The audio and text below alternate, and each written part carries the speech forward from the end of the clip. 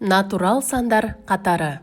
Заттарды санау кезінде қолданылатын сандар натурал сандар деп аталады.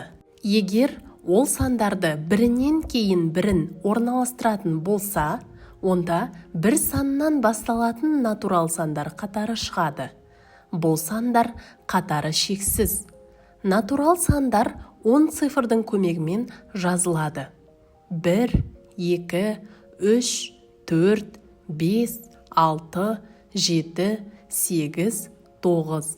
Бұл сандар араб цифрлары деп аталады және әлемнің барлық елдерінде қолданылады. Әрбір келесі натурал сан алдыңғы саннан бірге артық.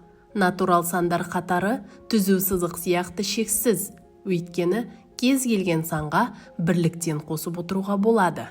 Натурал сандар қатары 1, 2, 3, 4, 5, 6, 7, 8, 9, 11, 12, 13, 14, 15 тағысын тағы кете береді.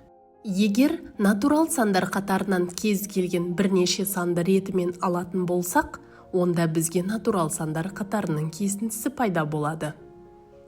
5, 6, 7, 8, 9 бұл натурал сандар қатарының кесіндісі.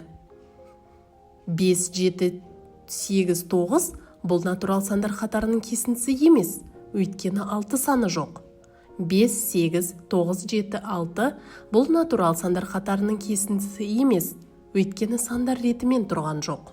Тақ сандар және жұп сандар болады. Жұп сандар 2-ге бөлінеді, тақ сандар 2-ге бөлінбейді. Жұп сандарға мысал келтіретін болсақ, 2, 4, 6, 8 тағысын тағы. Тақ сандарға мысал келтіретін болсақ, 1, 3, 5, 7 және тағы басқа сандар жатады.